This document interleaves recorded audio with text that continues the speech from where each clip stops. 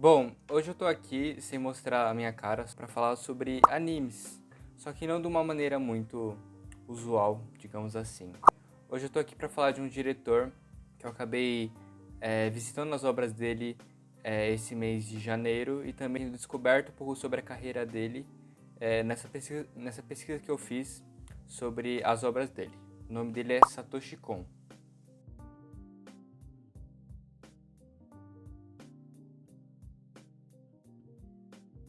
Então, só para começar, para dar uma introdução breve, eu vou falar um pouco sobre a carreira dele. Depois eu vou apresentar um pouco de por que Satoshi Kon é tão influente para a cultura ocidental que a gente tem hoje e que hoje muita da cultura japonesa, que acaba sendo trazida de lá para cá, é influenciada pelos filmes de animações japonesas, pelas séries de animações japonesas e como esse costume de consumir essas séries irradia pessoas que até eu não achava que assistiam animes, mas que a cada vez está aumentando muito. E daí eu também escolhi o Satoshi Kon por conta disso tudo, porque eu acho que é um diretor que tem um caráter muito próprio das animações dele, porque o que eu vou falar agora são de 4 animações de filmes de animações que ele fez e uma série de TV, também uma minissérie, pode-se dizer assim, mas que tiveram uma grande influência tanto no Ocidente, mas também em toda a indústria de animes no Japão. Satoshi Kon nasceu em 12 de outubro de 1963 em Kushiro, no Japão, e faleceu em 24 de agosto de 2010 em Tóquio. Morreu muito novo, vítima de um câncer pancreático. Ele era designer gráfico, escritor e desenhista de mangás, criador de animações e diretor. Sua carreira no cinema de animação foi breve, mas intensa, e suas obras são reconhecidas como obras-primas, tendo sido finalistas ou vencedores de importantes prêmios. Enfim, eu vou falar um pouco sobre as características e os temas que ele aborda e principalmente do jeito que ele aborda esses temas nas obras dele. O Satoshi Kon tem uma especialidade grande com obras que trabalham a psique humana. Por isso que ele sempre gosta de falar sobre temas que,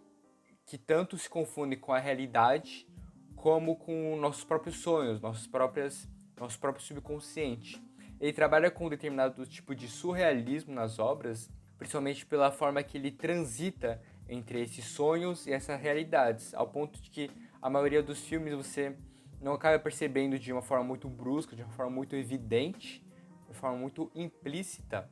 que onde começa o sonho, onde começa a realidade. E também porque essa parece não ser a grande finalidade das obras dele, de saber o que é a realidade ou o que é o sonho de em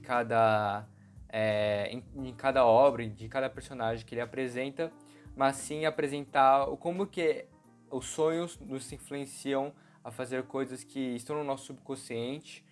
começam a nos levar para caminhos mais obscuros pelos nossos desejos mais profundos. E pois parece um pouco besteira falar desse jeito muito dramático sobre animes, já que a maior parte que acaba chamando a atenção da maioria dos jovens hoje é pelo modo muito irreal das coisas. E justamente, tipo, se é uma ficção, se é algo cartoonizado, normalmente essa distorção nas coisas, distorção nas falas, esse exagero exacerbado sobre as coisas, normalmente é um costume muito muito usado entre os mangakas, quem faz os animes, os diretores e as séries em geral. E eu acabo percebendo um pouco de que esses animes, quando se prolongam muito, como One Piece, ou Naruto, ou Dragon Ball, ou até Dragon Ball mesmo,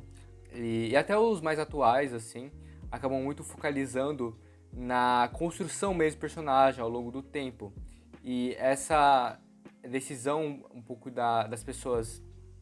perceberem um pouco o redor, como os cenários são construídos, como os cortes são feitos, como a montagem é feita, como determinada construção de realidade é feita, no caso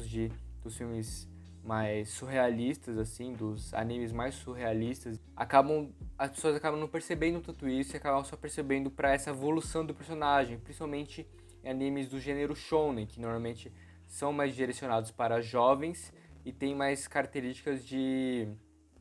normalmente de protagonistas mais masculinos. E é justamente isso que você acaba vendo que o Satoshi Kon vai para outras áreas. Além dele construir o cenário de uma forma muito inventiva e as histórias de uma forma muito inventiva,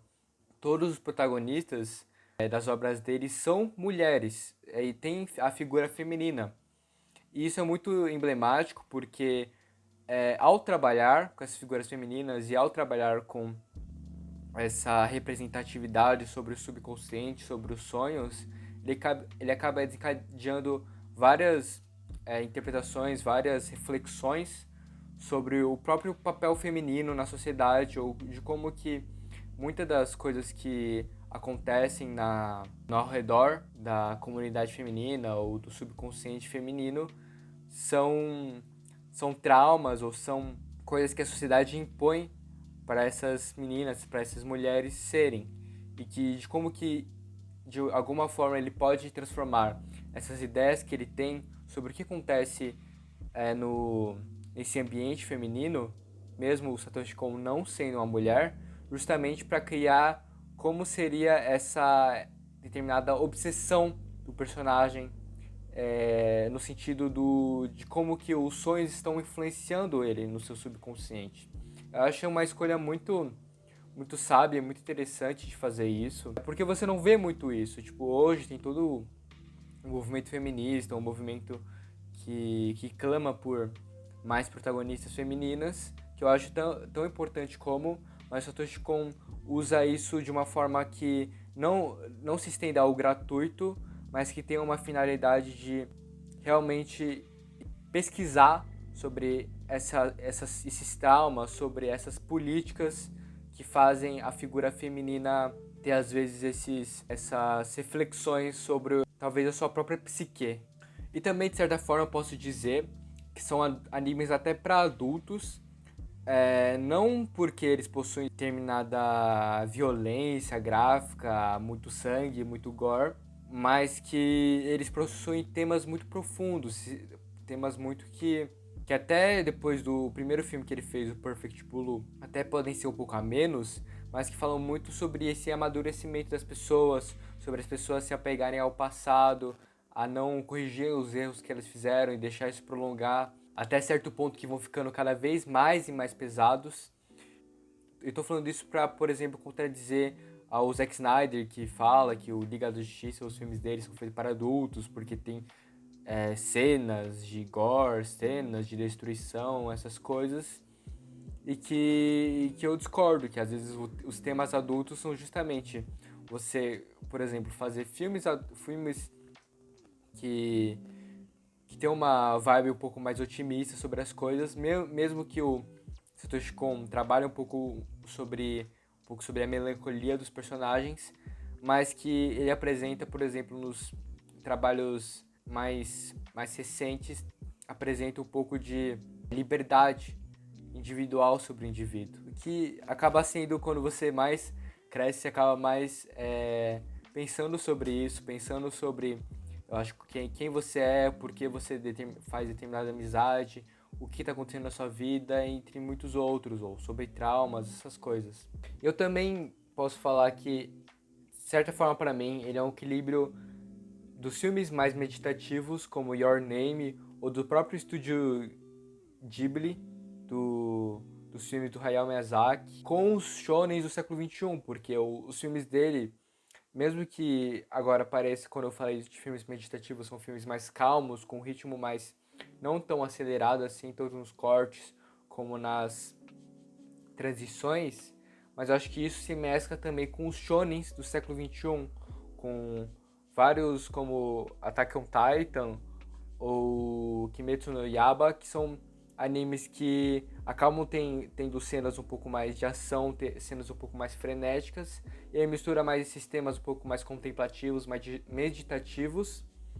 e às vezes até mais psicológicos, justamente com esses cortes um pouco mais rápidos, com essa frequência um pouco mais diferente que normalmente esses filmes você não vai ver. Então são filmes muito íntegros e filmes muito particulares. O Satoshi Kon sempre quis ser desenhista e acabou aos poucos se envolvendo tanto com o desenho dos mangás, como nas próprias produções de mangás para as telas de cinema, para as telas das TVs também.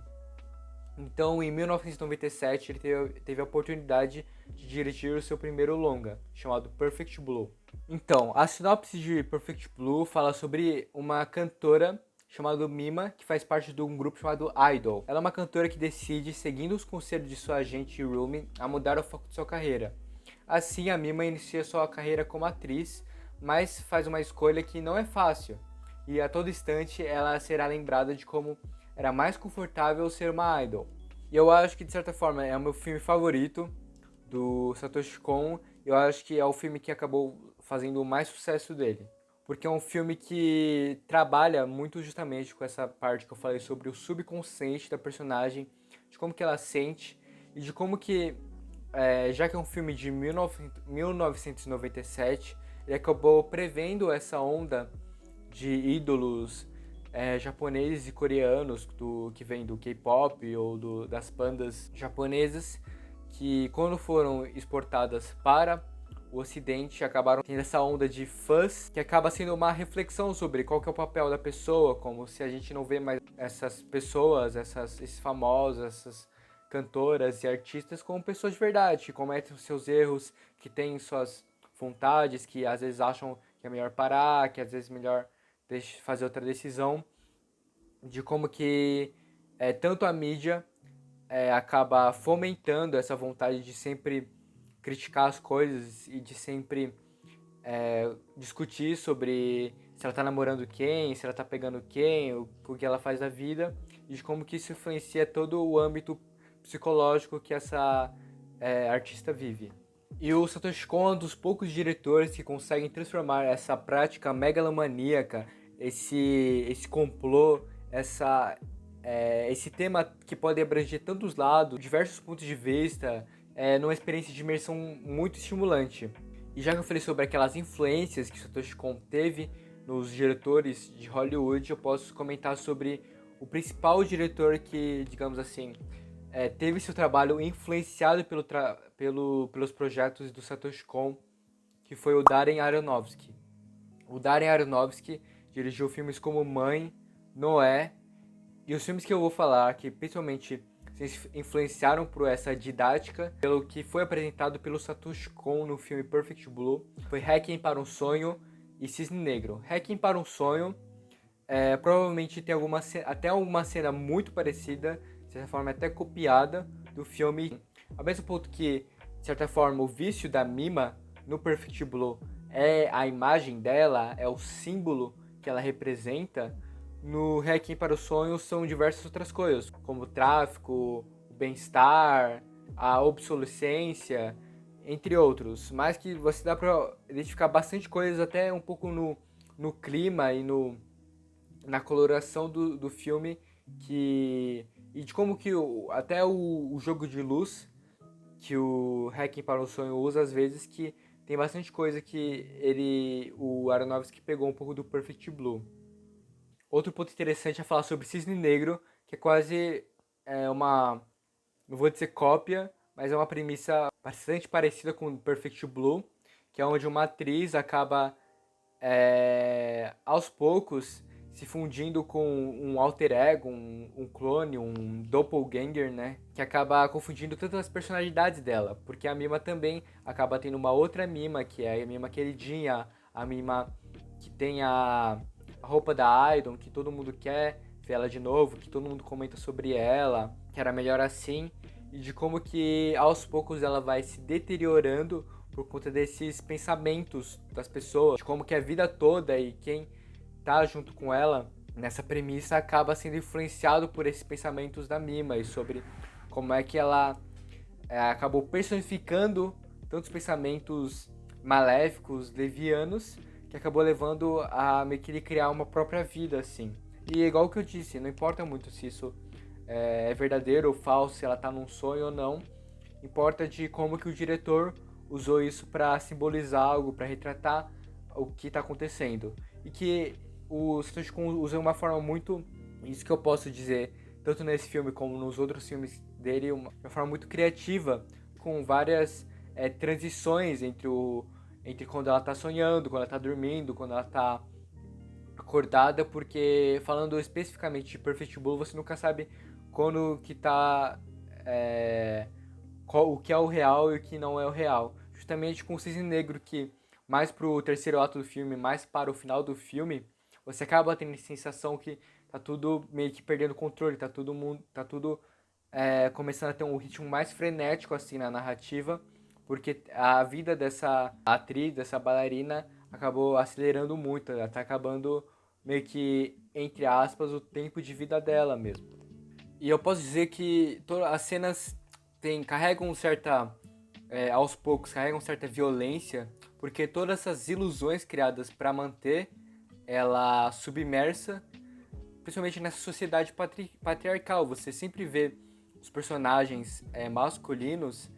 sempre tratando a Mima como se fosse a coisa mais normal que está acontecendo com ela, sobre como essa, digamos assim, esse estado meditativo que ela tá,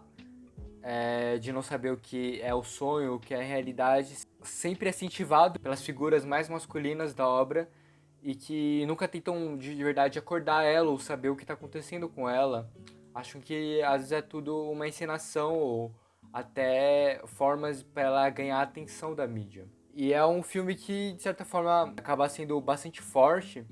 porque, como eu já disse, ele acaba prevendo um pouco desse costume do que a gente acaba vendo nas redes sociais, principalmente de como que as pessoas se comportam perante